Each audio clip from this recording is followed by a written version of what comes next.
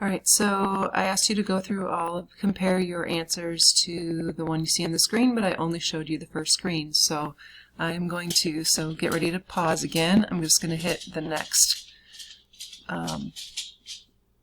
slide and pause it and do a completion check to see what yours looks like. Maybe. Why won't this advance for me? Sorry. I can't get this to advance.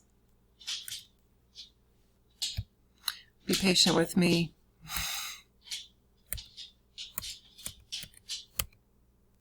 It is not advancing and I don't know why. I hate technology. I keep hitting it over and over again like a crazy fool thinking that it's going to do something different, but okay, I'm going to stop this, see what I can do to start it again. Okay, there it's advanced. Sorry. Lots of preterite in here again, you'll notice. Go ahead and pause it.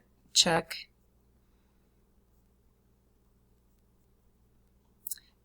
And last page. Yes, won't advance.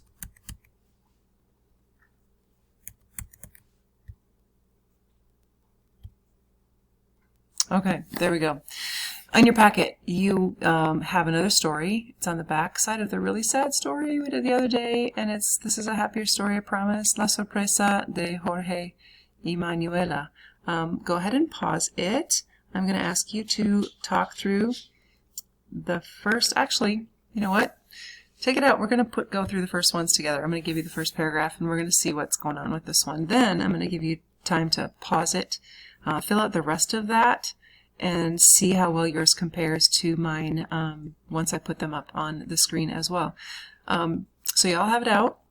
Notice that the first verb is enamorarse. I'm trying to use verbs from last vocab as well. So here it is. El año pasado. Wink, wink.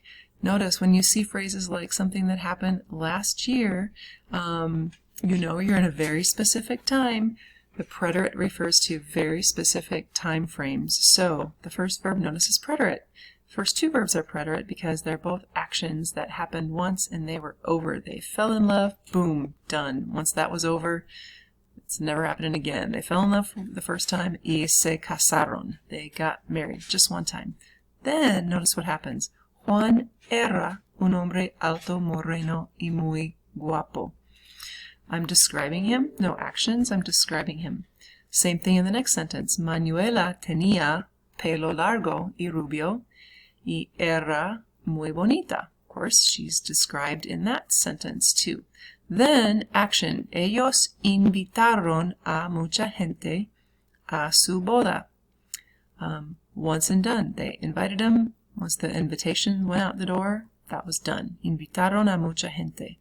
Then back to an imperfect because I'm describing había por lo menos. Okay, por lo menos. Every time you see one of those new vocab words that we just did today, the adverbs, go ahead and put a big circle around it, underline it, and write in above it or right below it the definition in English. So at least, por lo menos. There were at least, había por lo menos 300 personas en la boda. ¡Qué boda tan grande! Manuela y Jorge, actions. Now we're in their wedding. Okay, this all happened at the wedding, which is now done. So they had fun, se divirtieron mucho, ellos bailaron y hablaron con todos los invitados en la recepción de boda. Look at what the last four verbs are, all imperfect, because the first one talks about an emotion. Jorge y Manuela estaban muy felices juntos. They were so happy together. Estaban muy felices juntos. Todos los días, go ahead and circle it, underline it. It's one of our new adverb phrases. Every day, wink, wink again.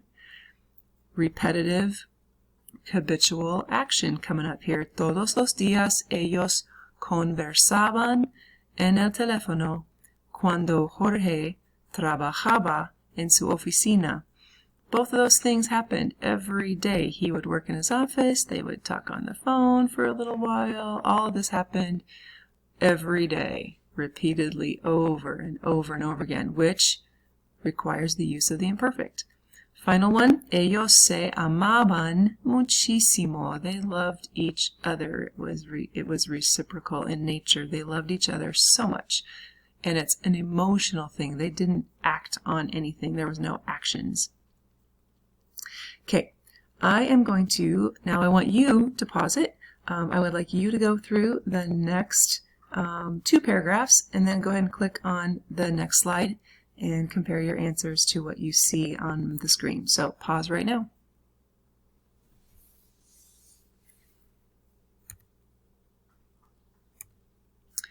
Okay, as you take a look at the next one, you'll notice a little combination, a couple imperfect, a couple preterite, mostly preterite because there's lots of actions that happen.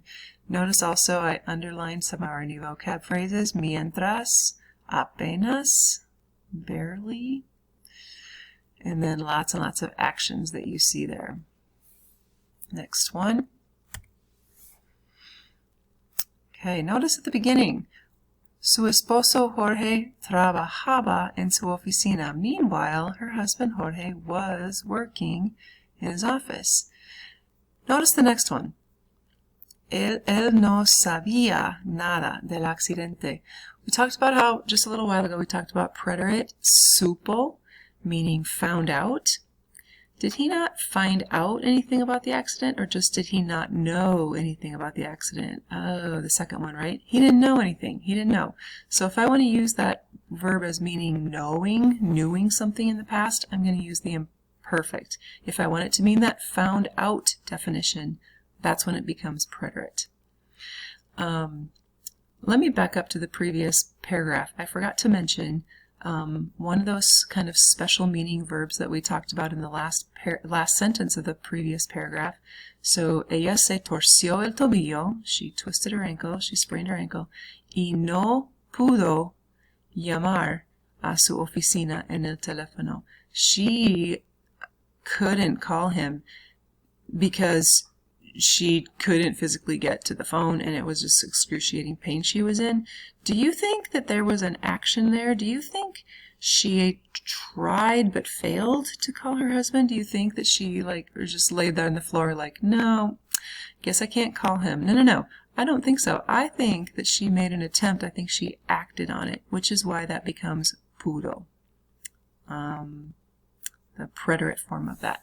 Okay, go ahead and pause it. You can check the rest of your answers and then move to the next slide.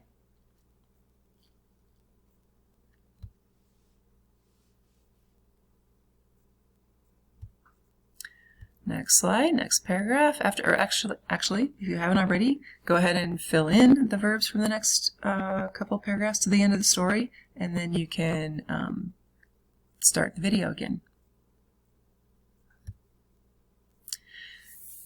Okay, notice what's going on. When he was driving, cuando conducía a su casa, Manuela lo llamó en su celular. So do you see how the driving was kind of the background action? He's on his way home, he's driving home, and then she called him. Once, done, over. En su celular, y le dijo que pasó.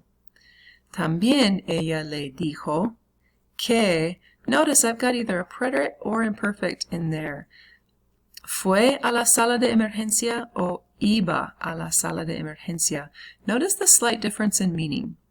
If she told him that she fue a la sala de emergencia, she told him that she went to the emergency room and she's there now. Okay? If you chose fue, that's the image that you're getting. If you chose iba, también ella le dijo que iba a la sala de emergencia. She told him that she, notice the difference, was going to the emergency room. And so at this point, she's still in the ambulancia. Okay, so she's not quite there yet. I could see either way. Next one. Same thing in the first sentence of the next paragraph. When he arrived, done, boom, he's over there, he's there, he got there.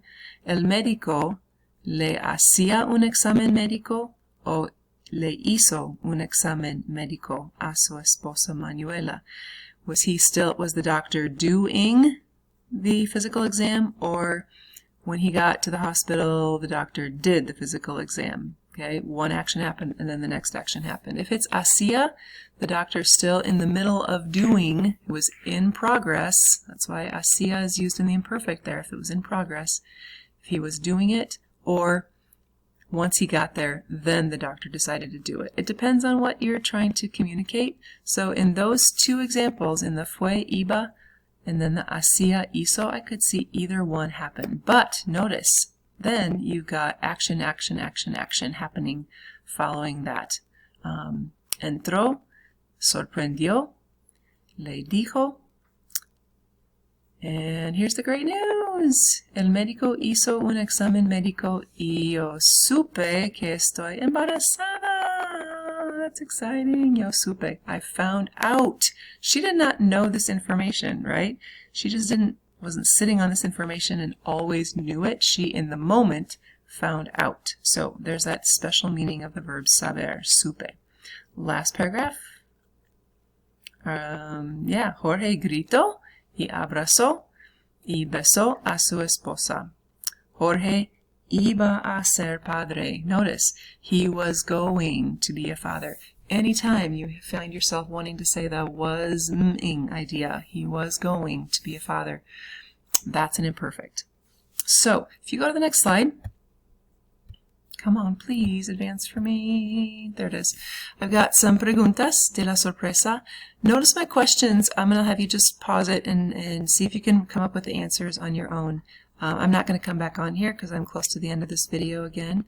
But notice that I've got some preterite questions and I've got some imperfect questions. When you hear a question that's in the preterite tense, for example, the first one, ¿Cuándo se casaron Manuela y Jorge? The question is in the preterite, when did they get married? Okay, your answer is going to mirror that. It's going to be in the preterite as well because you're going to tell me about a once and done action. Manuela y Jorge se casaron el año pasado. That's the actual answer to that question. But notice the next question's a little bit different. It's imperfect because now I don't want to talk about an action that happened. I want to describe Jorge y Manuela. ¿Cómo eran Jorge y Manuela? What were they like? What kind of people were they? Describe them a little bit, right? So I think there's just a physical description, but that's a use of the imperfect. So I'm finished with the video. You can pause it and ask yourself to answer these questions. Go ahead and, verbalize the questions just to practice again the sounds, the pronunciations that we've been working with. And then also feel free to answer the questions. You can look back at the story and figure out what's going on here. But yeah, and since I could not figure out the way to get a speaking a comprehension quiz to you, we will not have what's on the next page.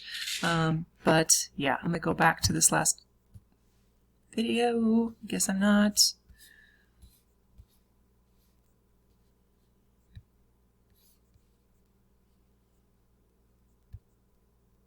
Okay, there it is.